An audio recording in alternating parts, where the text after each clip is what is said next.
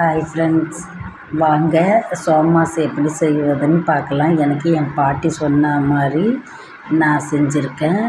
ஒரு கப்பு மைதா மாவு, கொஞ்சம் ஒரு சிட்டிகை உப்பு, நெய் கொஞ்சம் விட்டு நல்லா ஒரு ஸ்பூன் ரவையும் போட்டு நல்லா தண்ணி விட்டு நல்லா பிசைஞ்சு ஒரு அரை மணி நேரம் ஊற வச்சுட்டேன் ஃப்ரெண்ட்ஸ். பிறகு ஒரு கப்பு சீனி, 2 ஏலக்காய் போட்டு அதையும் தூள் பண்ணி தனியாக எடுத்து வச்சுக்கணும் ஃப்ரெண்ட்ஸ். அதையும் தனியாக எடுத்து வச்சுக்கணும்.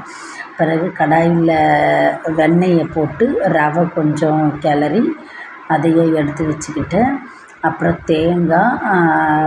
தேங்காவும் பொரிக்கல்லையும் அதையும் வறுத்து அதையும் தனியாக எடுத்து வச்சுக்கணும் ஃப்ரெண்ட்ஸ். ரவையும் அதையும் தனியாக எடுத்து 3 ஒன்றா கலந்து வச்சுக்கணும் ஃப்ரெண்ட்ஸ்.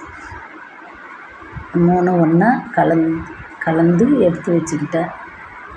பிறகு நம்ம சப்பாத்தி மாவு திரட்டி வச்சோம்ல, அதை நல்லா மெலிசாக திரட்டி இந்த அச்சில் போட்டு எண்ணெய் தடவணும். அச்சில் எண்ணெய் தடவிட்டு பிறகு இதை மாதிரி மாவை அதில் போட்டு பூரணத்தை உள்ளே வச்சு பொரித்து எடுத்தோம் ஃப்ரெண்ட்ஸ். சூப்பராக இருக்குது. நீங்களும் செஞ்சு பாருங்கள்.